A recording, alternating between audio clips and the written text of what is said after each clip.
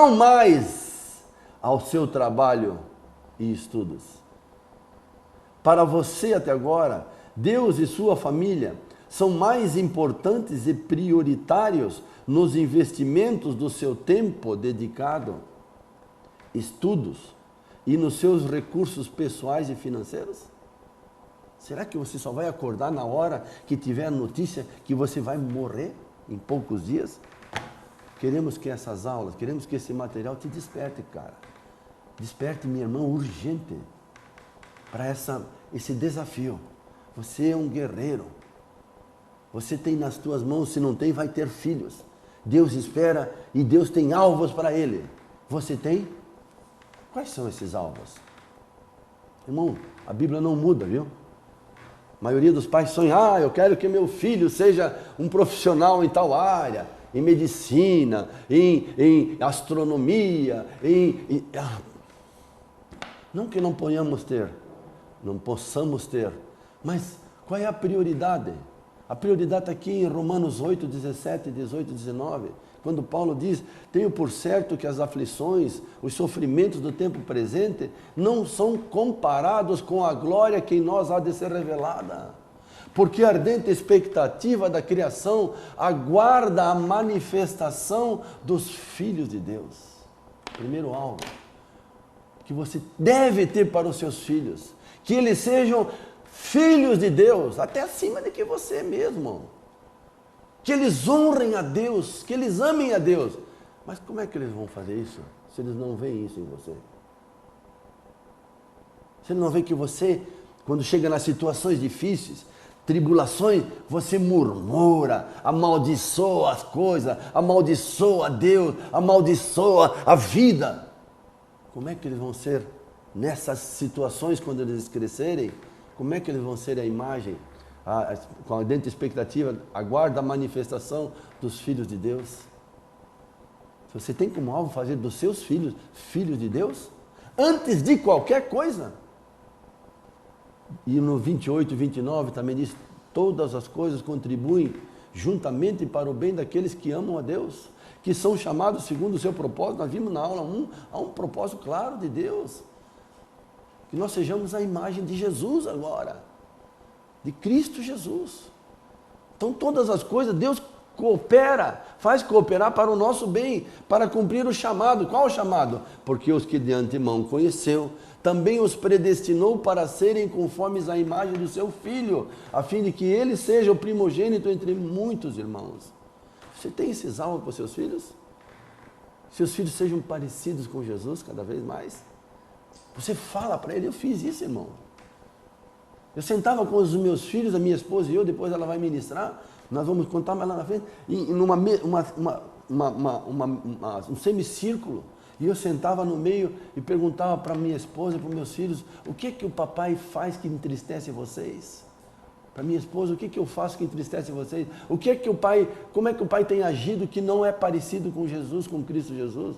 E eles falavam os não poucos defeitos que eu tinha ainda de caráter. E é claro, depois a Beth sentava, depois o Gil, e aí cada um podia expor. Porque o nosso alvo como família era ser todos parecidos com Jesus. É um alvo que está na Bíblia, meu irmão.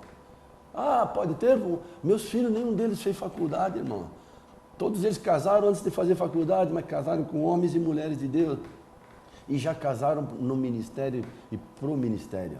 Agora, todos eles estão fazendo depois de casados. Hoje tem facilidades de fazer via internet e tal coisa. Irmãos, faculdade hoje detona com a maioria dos jovens. Tem se tornado um ambiente de prostituição, de drogas, de festa. Não é prioridade, não. Não que não possa fazer, tá? Não estamos doutrinando em cima disso. Então o alvo, irmão, de Deus tem que ser o seu. Que todos no momento de maior pressão, maior aflição, sejam verdadeiros filhos de Deus, porque a ardente expectativa da criação aguarda. E os alvos que você tem que ter para eles e para a sua vida é ser cada dia mais a imagem de Jesus, o primogênito entre muitos irmãos. Então, o alvo, nossos filhos como herança e filhos de Deus, a imagem e a semelhança de Jesus Cristo. Posso ouvir um amém de você? É tão simples, querido. Mas tudo começa por nós. O que é que o pai dá ao filho? O que é que o pai transmite ao filho? O pai, o homem, o progenitor, que algumas vezes a palavra traduzida por pais na Bíblia fala da paternidade, aí está falando do pai e da mãe que influenciam na paternidade dos filhos, mas algumas vezes fala de pater, do próprio pai progenitor. Aqui nós estamos falando do pai progenitor de novo. O que que ele dá ao filho? O que que ele transmite? Queira ou não queira. O pai dá direção, orientação, vocação e identidade ao filho. É tão simples, irmão. Quando um pai não é o que diz no final, quando o pai não é presente, quando ele não tem essa responsabilidade, ele toca a vida de qualquer jeito, ele não se posiciona como pai, como cabeça, como sacerdote na sua casa, os filhos ficam desorientados. Esses tempos nós ministramos na vida de um casal lá do sul de Santa Catarina, precioso, homem de Deus, filho de um pastor de influência tremenda numa grande organização religiosa, um homem que deu a vida pelo Evangelho, mas esse irmão hoje já há mais de 40 anos, cara, sem direção profissional, sem direção ministerial, sem um propósito de vida ainda, vendo o casamento ruir, uma falta de uma identidade dele mesmo, apesar de um amor pelo Senhor, de querer servir a Deus, mas não tinha em si formatado o homem que ele quer ser. Por quê? Porque o pai se preocupou tanto com o Evangelho, influenciou tantas pessoas, mas não deu a sua cooperação na identidade, na direção, na vida do filho. De todos os filhos, porque depois dos outros irmãos eu conheci alguns também, irmão. E o pai dá limite, o pai põe a disciplina, o pai dá orientação, o pai dá amor, o pai demonstra firmeza e ternura. Irmão, como para mim foi difícil isso daqui, porque eu era um homem muito duro, alemão grosso, né? Sou Giovanni Zimmermann, chama-me alemão uma vez, ah? O alemão, por si só, ele é meio grosso uma vez, ah? E eu era muito grosso. Eu não sabia dar o limite com ternura, nós vamos abordar um pouco mais na frente isso. Mas eu nunca abdiquei, ainda que eu errasse na forma dura demais de ser, depois eu pedia perdão para minha mulher, para meus filhos. Então essa palavra limite fala de que o pai é que tem que dizer até onde a criança vai, até onde a criança não vai, o que ela pode, o que ela não pode fazer. O pai estabelece essas coisas, a disciplina, dá orientação, não pega numa tomada, não puxa essa toalha, vai cair as coisas de cima. O pai estabelece essas coisas e a mãe, é claro, como auxiliadora idônea, a Beth vai compartilhar depois, em seguida, a posição da mãe em tudo isso. Mas se o pai não toma essa posição, a criança fica com deficiência na sua formação. E é o que nós vemos na maioria hoje. Além do limite também, é óbvio, vemos aqui, ele está implícito. O amor, o pai tem que demonstrar esse amor com firmeza e ternura. Vou detalhar um pouquinho mais ali na frente. Então, quando a gente vai em muitas casas por aí, ou recebe casais na nossa casa com filhos pequenos, médios ou grandes, o que a gente mais tem visto é o pai chega em casa e os filhos badernam, os filhos brigam. Quem é que trata? Quem é que vai lá? Ou um filho se machuca, quem é que... É a mulher. Parece que me perdoa a palavra, o banana não acordou que ele entrou em casa, o cabeça entrou em casa, o responsável pela família entrou em casa. Aquele que estabeleceu em Deus alvos, metas, disciplina, limites dentro de casa, ele entrou, ele tem que aliviar a mãe. Por isso que muitas mulheres cansam, especialmente quando a mulher trabalha fora, que já vem cansada, que é uma coisa que para nós não tem fundamentação bíblica. Isso desestrutura um lar, vamos abordar isso algumas vezes, repetidas vezes inclusive. Mas se o pai entra em casa, senta na frente da televisão, ou de um jornal, ou da internet, e esquece que ele é o pai, isso vai fazer de prejuízos tremendo na vida dos filhos. E um desgaste tremendo para a mãe. E o pai é que dá segurança também. O pai homem, com H maiúsculo, o pai que Deus sonhou, que Deus planejou, que é a imagem de Deus como pai, já vamos ver em seguida aí, Hebreus 12, ele é que tem que ter o cuidado, a provisão, ele é que dá segurança dentro de casa. Então, com meu irmão, se você é homem, se você é pai, você vai ser pai. Irmão, tu entrou em casa, cuida, zela, faz cumprir aquilo que você determinou em Deus para os seus filhos, para a sua família, para o seu lar. Como eu falei, eu errei muito, determinei coisas preciosas de Deus, mas errei muito na forma de aplicar pela minha ira, pelo meu desequilíbrio emocional, mas também não tive, graças ao bom Deus, a dificuldade de me humilhar, pedir perdão para minha esposa e para os meus filhos. N vezes, o papai errou, o papai falou duro demais, o papai agiu com ira, na ira do homem não opera a justiça de Deus. Vamos ver ali na frente. Então, o pai representa a imagem de Deus. Temos que ter consciência disso. Hebreus 12 é bem claro, até começa dizendo que é na luta contra o pecado. Não derramamos o nosso próprio sangue, mas temos que lembrar da palavra de ânimo que ele nos dá. Filho, eu disciplino, corrijo todos quanto amo. Olha só, quer dizer, a imagem de pai é aquele que ama, e porque ele ama, ele põe disciplina, ele põe limite, ele estabelece segurança, e isso vai refletir, facilitar ou dificultar que os nossos filhos entendam a imagem de Deus como pai. Eu desafio você a ler Hebreus 12 com muita convicção, ok? Então, o pai presente e o pai ausente, é isso que nós estamos tentando falar. Às vezes o pai está em casa, mas está ausente como homem, como responsável. E pior ainda quando o pai é aquele que trabalha 2 turnos e não tem tempo para nada, viaja um monte, os filhos não sentem essa direção em casa, esses limites em casa, essa segurança, porque o pai está sempre fora. Ou quando está dentro, ele continua ausente. Ele não assume a sua posição. O pai ausente vai trazer sérias dificuldades também na área da sexualidade dos filhos. Eu vou abordar um pouquinho melhor isso ali na frente. Por que tem tantos homossexuais hoje? Por que estão tentando botar a goela abaixo que isso já vem no DNA da criança? É mentira, não existe prova científica isso. A criança vai tendendo à homossexualidade pela falta do perfil do pai, pela falta da posição de um pai homem, de um pai que dá tudo isso que nós estamos falando, direção, limite, segurança para a sua casa, para a sua esposa e para os seus filhos. Aí os filhos perdem a referência e vão começar a ter essas tendências homossexuais, mulher para o lesbianismo, o homem para ser gay.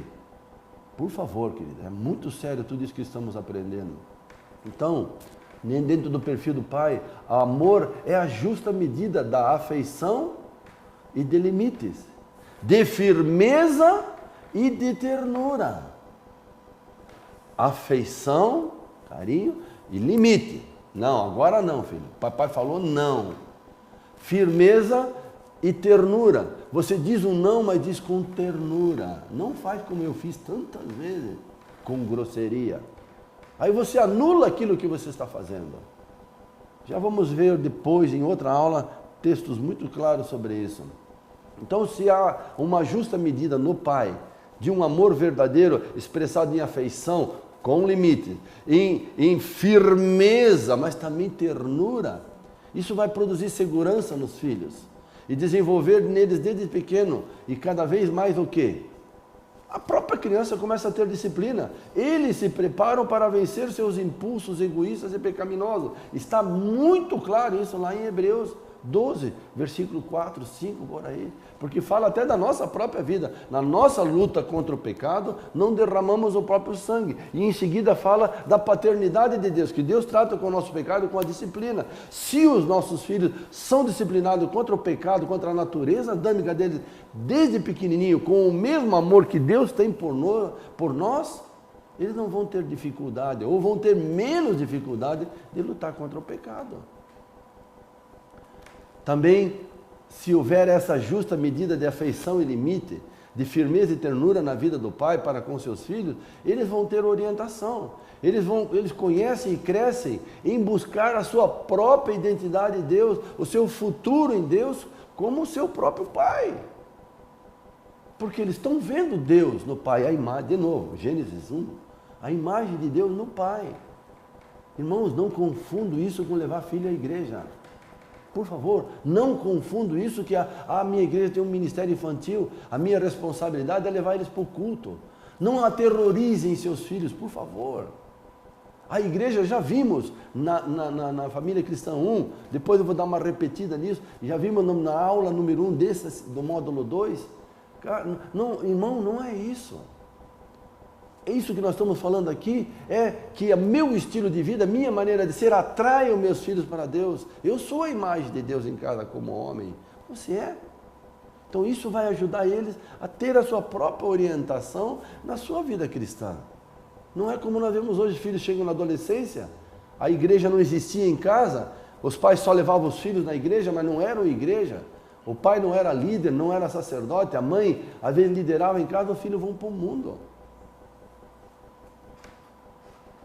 E outra coisa, quando existe no pai a justa medida entre afeição e limite. O pai é carinhoso, mas também diz não. O pai diz não, mas diz com firmeza, mas também diz com ternura. Isso produz nos filhos segurança moral. Eles buscam a sua própria identidade e santidade cristã. Não uma vida de aparência religiosa. De novo, voltamos. Aquilo que nós somos, multiplicamos. Princípio de Gênesis. Deus os abençoou, disse, homem e mulher, macho e fêmea, sejam férteis e multipliquem-se. Aquilo que você vai multiplicar. Se você é um hipócrita, um fariseu, se você leva os filhos na igreja e sai da igreja falando mal dos pastores, dos irmãos, da pregação, não queira que os teus filhos sejam diferentes. Agora, se você é um homem de caráter, um homem que tem convicção em Deus, que busca Deus, um adorador, seus filhos vão seguir o seu exemplo. Ok? Aleluia.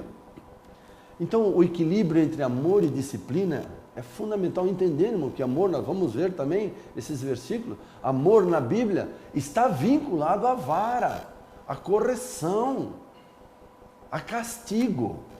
Não é isso que pintam por aí, o pai que ama, o filho faz o que quer. Não, não. Então, esse justo equilíbrio entre amor e disciplina, na dose certa, cura. Cura o que? A natureza adâmica que está nas crianças. Elas nasceram com isso, nós vamos ver a indisciplina, a estultícia, a maldade está no coração da criança, veio desde Adão. Mas quando nós, como pai, exercemos amor e disciplina, na medida certa, cura, mas na dose errada pode matar, como qualquer remédio. Quantas pessoas tomam remédio em doses grandes para quê? Para morrer. Assim um pai, uma mãe,